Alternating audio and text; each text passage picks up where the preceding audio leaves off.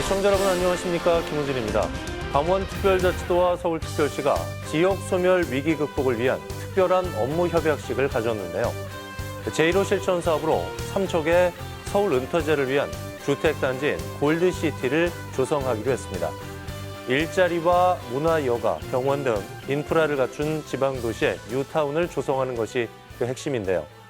무엇보다 수도권 주택 문제와 지역 소멸을 동시에 해소하기 위한 주거 정책이라는 점에서 그 의미를 갖습니다.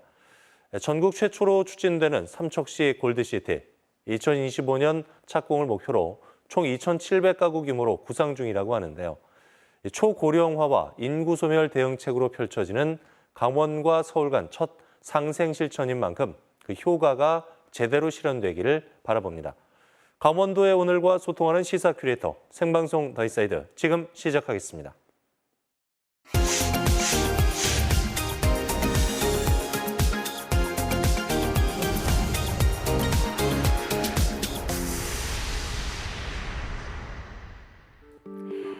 오늘 하루를 장식한 가장 핫했던 이슈부터 사건, 사고까지 놓치지 말아야 할 주요 뉴스를 한눈에 정리해드리는 오늘의 뉴스캐스터 강민주입니다. 2024 강원 동계 청소년 올림픽 대회를 70여일 앞두고 전도민 붐업을 위한 성화 투어가 본격화됐습니다. 지난 7일 속초를 시작으로 도내 18개 시군을 거쳐 12월 28일 강릉을 마지막으로 투어를 마치는 일정인데요. 이후 20일간은 올림픽 개최 도시인 평창, 강릉, 정선, 횡성의 소외계층을 방문하는 특별 성화 투어를 진행할 예정입니다. 한편 2018 평창기념재단이 주관하는 플레이 윈터 스포츠 아카데미도 올림픽 붐업을 위해 힘을 보태고 있는데요. 올해 3회째 진행되는 아카데미에선 특별히 일반 관람객들이 동계올림픽 종목을 직접 체험하는 프로그램을 준비했다고 밝혔습니다. 또한 2024년 1월 20일부터 23일까지 컬링 경기가 펼쳐지는 강릉 컬링센터 지하 빙상장에선 일반 참가자를 대상으로 피겨스케이팅과 파라 아이스하키 체험 강습이 진행될 예정입니다. 아시아 최초로 강원특별자치도에서 열리는 동계 청소년 올림픽. 세계적인 빅 이벤트인 만큼 성공 개최에 염원을 담아 더욱 뜨거운 분위기가 이어질 수 있게 도민들의 관심과 응원이 필요해 보입니다. 1981년 준공돼 40여 년의 세월이 흐른 춘천교도소. 시설 노후화와 지역사회 안전망 체계에 위협이 된다는 지적이 일면서 2000년대부터 건물을 이전해야 한다는 입장이 계속 제기돼 왔는데요. 그와 관련해 춘천시 의회 등 지방 정치권이 나서기도 했지만 별다른 성과는 없었습니다. 그러다 지난 7일 열린 예산결산 특별위원회에서 한동훈 법무부 장관이 춘천교도소 이전과 관련해 지역 주민들과 소통하며 지역 발전의 길을 찾으려 한다는 입장을 밝혔는데요. 춘천교도소 이전에 대한 법무부의 첫 입장 발표란 점에서 의미가 크다고 할 수 있습니다. 교도소 이전은 춘천 동내면 주민들의 오랜 수건이었는데요. 그런 만큼 주민들은 기대에 부풀어 있습니다. 더욱이 동내면은 강원특별자치도청사, 행정복합타운 등이 들어설 예정이어서 주민들은 추진위원회까지 결성해 조속한 이전을 요구하고 있는 상황입니다. 지역 최대 현안인 춘천교도소 이전, 법무부의 첫 입장 발표로 이전 사업이 가시화될 수 있을지 주목됩니다. 최근 지하철과 고시원, 기숙사 등에서 빈대를 목격했다는 신고가 이어지면서 시민들의 불안감이 커지고 있습니다. 하지만 아직까지는 각종 대중교통이나 역사 등에서 공식적으로 빈대가 발견된 사례는 없었는데요. 최근엔 원주의 한 회사 기숙사에서도 빈대가 발생했다는 신고가 접수돼 방역 작업을 펼치기도 했습니다. 그렇다면 1960년대 이후 빈대 청정국이던 우리나라에 어떻게 빈대가 다시 출몰한 걸까요? 코로나19 팬데믹 종료 이후 외국인 관광객이 대거 입국하면서 빈대가 딸려 들어왔던 분석이 나옵니다. 일부에선 국제 택배가 활성화되면서 해외에서 넘어온 소포 상자를 통해 빈대가 퍼졌을 거란 관측도 있는데요. 빈대는 감염병을 옮기는 해충은 아니지만 물릴 경우 가려움과 피부염 등이 생겨 주의가 필요합니다. 최선의 예방책은 개인 위생을 철저히 하고 집안과 주변 환경을 청결하게 유지하는 건데요. 세탁할 땐 옷을 뜨거운 물로 세탁하고 여행 시엔 숙소 벽에 밀착된 침대나 가구 틈새 등을 살펴본 후 진공청소기로 여행 가방을 깨끗이 청소하는 것이 좋다고 합니다. 당분간 개인 위생이나 주변 관리에 각별히 신경 쓰셔야겠습니다. 지금까지 오늘의 뉴스캐스터 강민주였습니다.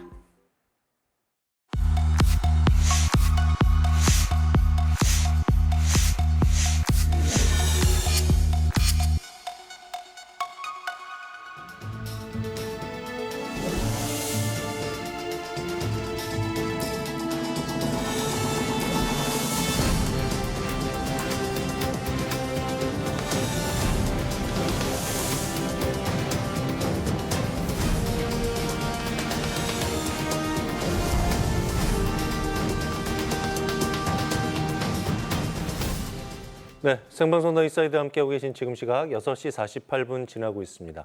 눈에 띄는 화제의 대상을 주민에서 들여다보는 주민사이드 시간입니다. 전 세계 최초로 산림 분야를 주제로 열린 2023 강원 세계산림 엑스포가 지난달 22일 폐막을 했습니다. 흥행과 더불어서 안전사고 없는 성공적인 대회를 개최했다는 평가를 받고 있는데요. 대회의 성과와 함께 성공 요인은 무엇인지, 더불어서 남겨진 과제는 무엇인지 자세히 얘기 나눠보도록 하겠습니다. 엑스포 조직위 김동일 상임부위원장 나오셨습니다. 안녕하십니까? 네, 반갑습니다. 네. 먼저 큰 국제대회를 성공리에 치르셨습니다. 뿌듯하실 것 같은데요. 네. 소감 말씀부터 여쭙겠습니다. 네, 저희들이 이제 긴 시간 동안 준비해왔는데 걱정도 많이 됐고 또 많은 분들께서 우려의 목소리를 많이 내셨는데 정말 행사가 너무 잘 돼서 강원도민께 감사의 말씀을 드리고요. 또 저희들 입장에서도 조직위 직원을 비롯한 모든 분들께서 어디들 나가도 좀 고생했다는 소리를 이렇게 들으니까 너무 기분이 좋습니다. 네. 한 달간의 일정으로 열린 대회였는데 단 한 건의 안전사고도 일어나지 않은 건 참 다행스러운 일이고, 누적 관람객 면에서 봤을 때도 당초에 목표 관람객이 132만 명이었는데 145만 명을 넘었단 말이죠. 내용 면에서도 그렇고 흥행 면에서도 그렇고 상당히 성공한 대회인데 성공 요인이 어디 있다고 보세요, 부위원장님? 여러 가지가 있겠지만은 이 첫째는 저희가 이제 코로나19로 해서 한번 연기시켰죠. 그다음에 또 이번에 이제 그 5월달 행사를 사실은 그때 강풍하고 산불 때문에 이제 저희가 9월달로 옮겼지 않습니까? 근데 가장 중요한 것은 가장 적절한 시기에 일정을 맞췄다는 거 하고, 그다음에 저희가 보니까 그 지역에 정말 바람이 많이 불습니다. 그래서 날씨가 또 좀 많이 주었고, 또 그다음에 콘텐츠 면에서 이 산림에 대한 행사인데 이 산림에 대한 어떤 그 자연스러운 부분들을 잘 콘텐츠를 만들어서 오시는 분들 관람객들에게 많은 전달을 했던 게 또 그 하나의 그 큰 요인인 것 같고요. 그다음에 또 주변의 사계 시군과 함께 또 행사를 갖춰서 했던 그 부분에 있어가지고 시너지 효과가 좀 많이 일어난 것 같습니다. 네, 말씀하신 대로 이제 강풍이라든가 산불이라든가 날씨 같은 이런 안전사고가 상당히 우려되는 상황임에도 불구하고 대회가 안전하게 잘 끝났습니다. 이런 사고 없이 치러진 대회인 만큼 안전 매뉴얼이 아주 좋은 선례로 남을 것 같아요. 어떻게 보세요? 저희가 이번 행사를 치르면서 이제 철저한 대비를 잘 했죠. 네. 그래서 또 나름대로 그 지역에 또 맞게끔 또 고민들도 많이 해서 저희가 이제 거기에 대한 철저한 준비를 했는데 또 이번에 이제 그 세계 전벌이 대해서 또 문제가 있었던 부분들 때문에 더 긴장을 해서 사실은 전반적으로 다 이렇게 매뉴얼을 좀 만들어 가지고 했는데 사실 이번에 행사를 하면서 소방 부문하고 이제 경찰, 뭐 의료 이 그 환경 부분에 있어 가지고 저희가 생각했던 대로 좀 잘 진행이 된 것 같습니다. 그리고 특히 우리 직원들이 거기에 대한 부분들에 대해서 철저히 숙지를 하고 또 이게 그 지역이 또 밤에 바람이 많이 불습니다. 그러다 보니까 이게 어떻게 돌아갈지 모르니까 항시 그 4월 달부터 나가 있었던 게 큰 또 도움이 됐던 것 같고 해서 아마 그런 것들이 저희들이 그 매뉴얼은 실제로 몸으로 느끼면서 했던 것들이 결국에는 이 행사할 때 대처하고 대비하고 이런 것들이 잘 된 것 같습니다. 랜드마크가 이제 솔방울 전망대였는데 그 외 주 행사장에 관심을 끌었던 네. 많은 인기를 끌었던 시설은 어떤 게 있었나요, 부위원장님? 솔방울 전망대는 뭐 저희가 그 다 아시지만은 45m에 그 40m까지 올라갈 수 있는 자연스러운 그 설계를 해놔서 많은 분들이 편안하게 올라갈 수 있어서 그 인기가 또 좋았고요. 호감도도 좋았고 또 만족도도 높았습니다. 특히 또 저희가 그 푸른 지구간에 폭이 그 높이가 6m, 길이가 70m인 그 영상물을 띄우는 그런 시설을 해놨는데 사실 그 내용적으로는 이제 산림에 대한 부분을 과거, 현재, 미래까지 해서 연출을 해서 잘 꾸려놨습니다. 근데 그게 이렇게 보니까 저희들은 이제 하루 종일 돌거든요. 예. 근데 푸른 지구간에만큼은 줄을 한 30m, 50m 저렇게 서가지고 많은 관객들이 관람을 하고 계시더라고요. 근데 거기에 내용을 이렇게 살펴보면은 과거의 그 내용들은 이제 어떻게 보면 어르신들께서 과거에 나무 심었던 그 생각들이 새록새록 나는지 옆에 보면 좀 마음이 찡하신 그런 모습들. 예. 그다음에 또 자연스럽게 그 영상물에 있어서 현재에 대한 살림의 가치, 미래에 대한 부분들을 나타내는 거에 대해서 또 이 가족 단위로 와서 많이 느끼고 있는 부분들에 대해서 상당히 높이 평가가 된 것 같습니다. 그리고 예. 그 외에도 또 저희가 뭐 다른 그 설치된 지구관도 있지만은 또 힐링 광장 한 2,000평 정도의 힐링 광장이 있는데 거긴 짚라인 부분, 그건 이제 가족 단위로 이제 많이 와서 즐겼는데 짚라인 부분하고 또 뭐 텐트 쳐놓은 부분, 또 뭐 그 여러 가지 그 아이들이 좋아하는 시설들을 해놨어요. 그러다 보니까 거기에 많은 그 가족들이 와서 장시간 동안 이렇게 즐기고 가는 모습들이 결국에는 나가셔갖고 좋은 전달을 해주신 것 같습니다. 그리고 네. 또 그 휴양치유군 같은 경우에는 그 연출자들이 이제 그 관람객들하고 같이 이렇게 연출 부분을 해서 관람객들이 상당히 좋은 이미지를 남겼고 전반적으로 저희가 봐서는 크게 뭐 이렇게 인위적으로 한 부분보다는 살림에 대한 부분들을 자연스럽게 소화를 시켜가지고 예. 호응도가 좋았던 것 같습니다. 성공적인 대회이긴 합니다만은 남겨진 과제라든가 아쉬운 부분도 분석을 좀 해봐야 될 시점이 아닌가 싶은데요. 네, 그렇습니다. 비용 대비 콘텐츠 부족 부분 그리고 국제 행사인데 외국인 관람객이 18,000명 남짓인 부분은 조금 아쉬움으로 남는데 어떻게 보세요? 네, 콘텐츠 부분은 저희들 입장이나 뭐 보신 분들 관람객께서는 높이 평가가 됐고요. 예. 외국인 부분은 저희가 이제 그리고 말씀을 하시는 분들이 계십니다, 솔직히. 그렇지만 저희 입장에서 보는 다른 각도로 보는 것은 저희가 이제 코로나19로 인해서 좀 장시간 이제 그 외국인 관람객 그 모집 관련돼서는 좀 쉽지 않았습니다. 예. 그렇지만 이제 그 지방 정부에서 오시는 분들 15개국 정도, 예. 그다음에 우리 주한 대사관들 한 18개국, 그다음에 또 그 포럼 관련돼서 온 20개국, 그다음에 지방자치에서 모신 분들 한 2개국 해갖고 한 저희가 보니까 한 60개국에 가까운 그 나라에서 왔더라고요. 예. 근데 이제 그분들이 사실은 이제 지도자급들 아닙니까? 오셔가지고 저희가 이제 또 같이 안내를 하다 보니까 어떻게 이 살림에 관련된 내용을 가지고 이런 세계 최초의 행사를 했느냐, 이런 그 좋은 소리로 그 평가를 해주셔가지고 저희가 거기에 상당히 고맙게 생각하지만은 또 그분들이 또 그 나라에 가서 우리 강원도, 대한민국의 어떤 살림의 부분을 상당히 높이 평가하는 부분에 있어가지고 많은 전달을 해줄 거라 믿습니다. 예. 그리고 관람객 부분은 뭐 저희가 그 18,000명 이상이 됐는데 사실은 그 매뉴얼에 보면은 그 저희가 이제 132만 명이지만은 거기에 외국인 모집 그 퍼센트가 있습니다. 그게 한 5%인데 그거 따지면 한 6만 5천 명인데 사실 어느 행사구간에 그렇게 따라잡기 쉽지 않습니다. 그런데 그래도 저희는 이제 요번에 그거는 차제라도 많은 나라에서 오셔가지고 지도자급들이 오셔갖고 우리 강원도의 살림에 대한 부분을 좋게 보시고 간 거에 대해서 예. 상당히 좀 높이 평가하고 있습니다. 그 주행사장보다는 부행사장에 사람들이 많이 몰렸다고 들었는데 네. 주행사장으로 관람객들을 좀 끌어들이기 위한 볼거리, 즐길거리 보완이 필요해 보이는데 어떻게 생각하세요? 그럴 수도 있겠지만 저희들은 이제 주의 행사장은 이제 살림에 대한 그 컨텐츠를 이제 자연스럽게 예. 만들어 놨고요. 그다음에 주변에 이제 고성, 속초, 양양, 인제 같은 경우에는 그 지역에 맞는 축제나 또 행사 같은 거를 이제 만들어 놨기 때문에 지역마다 특색이 다 다릅니다. 그리고 최초 계획을 짰을 때도 도에서 주관하는 행사는 살림 엑스포 하되 주변에 있는 그 자원들을 가지고 같이 했을 때 그 시너지 효과는 클 것이다 판단했던 게 저희가 맞았던 거죠. 예. 그리고 저희가 65만 명이 본행사에 오시고 이 4개 시군으로 나누면은 한 25만에서 적게는 15만씩 이게 다녀가신 거죠, 시군. 그러다 보니까 그런 얘기 나올 수 있는데 전체적으로 봐서는 상당히 좋은 성과를 냈다고 봅니다. 예, 성공적으로 치러진 국제대회인 만큼 지역 경제 활성화라든가 관광 자원 발굴 등 경제 효과 또한 크지 않을까 싶은데요. 얼마나 큰 파급 효과가 있었다고 분석하십니까? 이번에 그 기사에 보니까 그 한국은행 강원본부에서 예. 그 9월 달에 그 강원도를 찾은 이제 관광객들을 보니까 작년 대비해서 그 1.6%가 늘었더라고요. 그리고 또 매출 면에서도 3%가 됐고요. 그다음에 한국 우리 그 강원 관광재단에서 4개 시군에 이제 온 그 관광객을 이제 9월 달 조사를 해봤는데 4.3%가 늘어났어요.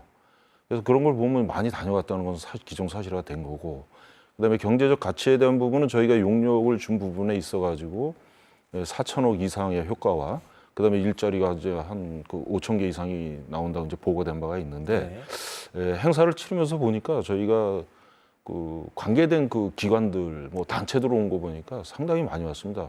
그래서 60여 개 단체들 해서 이제 사회 단체들 등 해가지고 많은 분들이 다녀가셨는데 그런 분들이 곳곳에서 이제 가셔가지고 지역에 그 파급되는 경제 효과는 상당히 컸으라고 저희들도 판단하고 있습니다. 예. 자, 분위기를 좀 바꿔볼게요. OX 퀴즈를 통해서 부위원장님의 생각과 바람을 알아보는 시간을 가져보겠습니다. 네. 앞에 있는 편말을 들어주시면 되겠고요. 부위원 설명은 질문과 답변이 다 끝난 후에 하겠습니다. 네, 준비되셨습니까? 네. 네, 스피드 OX 퀴즈 시작하겠습니다. 자, 첫 번째 질문입니다. 강원특별자치도의 가장 큰 자산은 산림이다. 맞다고 말씀해 주셨고요. 두 번째 질문, 산림엑스포 성공 개최, 사실 내 역할이 크다고 본다. 아니라고 겸손히 말씀을 해주셨고. 세 번째, 이번 대회를 통해서 행사 성공의 비결 확실히 알게 됐다. 네, 맞다고 말씀해 주셨고요. 대회가 다시 열린다면 더 흥행시킬 자신이 있다. 맞습니다. 네, 오라고 답해 주셨고요. 마지막 질문입니다. 도의회 의장보다 산림엑스포 개최가 더 보람이 있다. 이건 좀 고민을 많이 했는데 예. 그래도 네, 오라고 들어주셨습니다. 대회가 다시 열린다면 더 흥행시킬 자신이 있다. 어떤 부분을 좀 보완하실 계획이십니까? 대회가 다시 열린다면 짧게 정리 좀 해주실까요? 산림에 대한 부분을 이제 많은 얘기를 했지 않습니까? 그래서 네. 저희가 보안보다는 그 사람이 하는 일이라서 의지만 있으면 다 될 것 같습니다. 예. 그래서 이 보이지 않는 그 노하우를 가지고 하나하나 또 만들어내면은 많은 분들이 오실 것 같고 특히 이게 이번에 그 행사를 치르다 보니까 가장 기분이 좋았던 것은 가족 단위로 예. 아주 자연스럽게 여유롭게 그렇죠. 이 다니시는 걸 보고 야 이거는 성공할 수 있다 또 해도 네. 그 생각은 좀 들더라고요. 이게 우수한 산림 자원을 국내외에 알렸다는 데도 아주 큰 의미가 있지 네. 않나라는 생각이 들고요. 맞습니다. 정리하는 말씀으로 이번 산림 엑스포가 남긴 의미, 정리 말씀을 종합해서 한 말씀 해주실까요? 네, 이번에 저희가 2023 강원 세계 산림 엑스포를 행사를 30일간 치르면서 가장 중요한 것은 저희가 이제 산림 엑스포가 뭐냐 하는 그 질문을 많이 받았습니다. 사실. 예. 근데 그걸 장황하게 설명하려면 10분에서 20분씩 걸리는데, 근데 이런 콘텐츠를 놓고 이번에 행사를 치르면서 다녀가신 분들께서 그래도 우리 대한민국의 강원도의 산림이 이렇구나 하는 걸 느끼고 갔고, 그다음에 또 사람과 자연이 공존할 수 있는 느낌을 받아갔다는 데 대해서 저희들은 아주 그 역할을 최대한 잘했다고 생각이 듭니다. 예. 자, 강원자치도의 위상이 더 앞으로 더 빛날 수 있도록 다양한 관련 행사와 또 산림 정책들이 펼쳐질 수 있길 기대해 보겠습니다. 김동일 부위원장과 얘기 나눠봤습니다. 오늘 말씀 고맙습니다. 네, 감사합니다.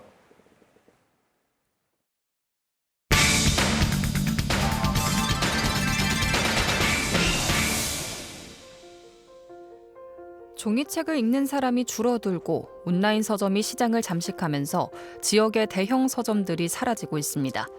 춘천의 경우 100평 이상의 규모를 가진 서점 5곳 중 3곳이 경영난으로 폐업해 2곳만 남았는데요. 지역의 서점을 자주 이용하던 시민들은 안타까움과 불편함을 호소하고 있습니다. 자녀가 있다 보니까 자녀의 학습지 위주로 많이 보고 있어요. 전에는 동네에 서점이 있어서 얘랑 그냥 가까이 걸어서 가고 그랬었는데 여기만 해도 지금 차 타고 한 15분 걸리거든요. 주위에 없으니까 항상 시간도 모자르고 해서 평소에 그러니까 뭐 마트에 들릴 때라든지 아니면 일부러 시간 내서 많이 오고 있어요. 실물을 미리 볼 수 있고 급히 책과 학습지 등을 필요로 할 때 바로 구매할 수 있다는 점이 오프라인 서점의 장점인데요. 오프라인에서는 읽어보고 살 수 있는데 온라인으로 사게 되거나 그러면은 제 취향이 안 맞거나 직접 보고 살 수 없다 보니까 내용을 잘 모르고 사게 되는 경우가 있게 되는 것 같아요.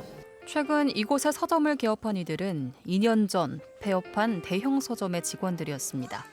이 지역 서점이 사라지는 게 안타까워 의기투합했다는데요. 서점이 자꾸 사라지는 것은 정말 안타까운 일인데 굉장히 바쁜 삶을 살아가고 있으니까 대부분 다 마음의 여유도 없어진다는 게 가장 중요한 문제인 것 같고요. 요즘에는 사실 그 온라인상에서도 책을 쉽게 구매를 할 수가 있고 그런 것도 당연히 어떤 장점이 있겠지만 좀 이 종이책의 어떤 감성이라 그래야 되나요? 그런 부분에 대해서 소개를 시켜드리고 어필을 하는 게 중요하지 않나 싶습니다.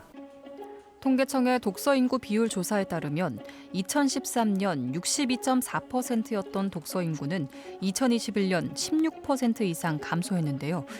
독서 인구 감소의 원인과 해결책을 찾기 위해 어린이 도서 연구회를 찾았습니다.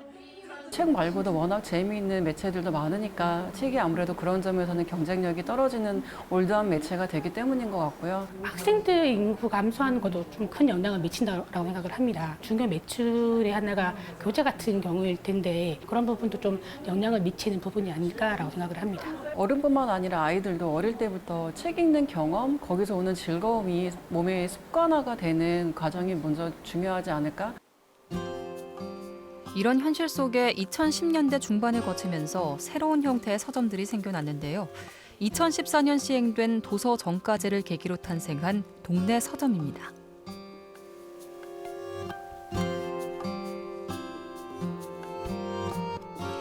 주택가 한가운데 위치한 이 동네 서점은 카페와 함께 운영되고 있는데요. 커피와 와인을 마시며 독서를 즐기고 학생들에게 책도 기증할 수 있습니다. 동네 작은 책방은 모든 책을 다 갖춰놓을 수는 없다 보니까 책을 한 권 한 권 고르는데 굉장히 심혈을 기울이게 되거든요. 그래서 동네 책방의 가장 큰 장점 중에 하나는 그 책방에서 오롯이 주인의 취향을 함께 즐길 수 있다. 저희 책방의 특징 중에 가장 큰 것은 청소년들한테 권해주고 싶은 책을 구입을 하셔서 저희한테 이거 미미책 선물입니다 하고 맡겨놓고 가주시면 어떤 청소년이든 저희 책방을 방문한 청소년들이 본인이 읽고 싶은 책이 있으면 그 책을 그냥 가져갈 수 있는 프로그램이거든요. 한국서점조합연합회에 따르면 현재 강원 지역의 서점은 92곳, 2020년보다 10곳이 늘었는데요. 대형 서점은 감소한 대신 동네 서점이 증가한 탓입니다. 현재 도내에는 32개의 동네 서점이 운영 중인데요. 대형 서점에서 느낄 수 없는 자유로움과 개성 있는 분위기가 동네 서점의 매력입니다. 최근엔 공간 대여나 독서회 개최 등 새로운 문화 공간으로 자리 잡고 있는데요. 일반 카페하고 다른 점은 일단 조용하고요. 사람들이 와서 수다를 떨기보다는 이제 책을 읽거나 뭐 글을 쓰거나 하는 그런 분위기고 또 음악도 클래식 음악이 나와서 집중하기 좋은 그런 장점이 있는 것 같습니다. 다양한 형태의 동네 서점이 생겨나는 것은 반가운 소식이지만 여전히 지역의 서점은 경영난을 겪고 있고 책을 읽는 인구 역시 줄어드는 상황인데요. 시대의 변화 속에 이런 문제를 조금이라도 개선할 수 있는 방안은 무엇일까요? 그 인쇄 문화에서 디지털 문화로의 전환은 전 세계적인 현상이고 앞으로 이제 AI가 그 인간 이상의 어떤 지능을 선보이기 시작하면서 더 가속화될 수밖에 없습니다. 온라인 문화에 익숙하더라도 사고할 수 있는 힘을 기르기 위해선 독서가 필요하니까 이 두 가지를 병행해 갈 수 있는 노력이 필요하다라고 봅니다. 그 강원도 지역의 동네 서점이 점차 그 소멸하고 있는 것은 그런 독서 문화 자체가 송두리째 흔들린다라고 할 수가 있고 장기적으로는 동네 서점을 중심으로 독서 문화를 어떻게든 좀 재건하려는 그런 기획들이 필요하다라고 생각을 합니다. 시대의 변화 속에 대형 서점을 대신해 그 빈자리를 채우고 있는 동네 서점. 단순히 책을 구입하는 공간이 아닌 새로운 문화 공간으로 자리 잡고 있습니다.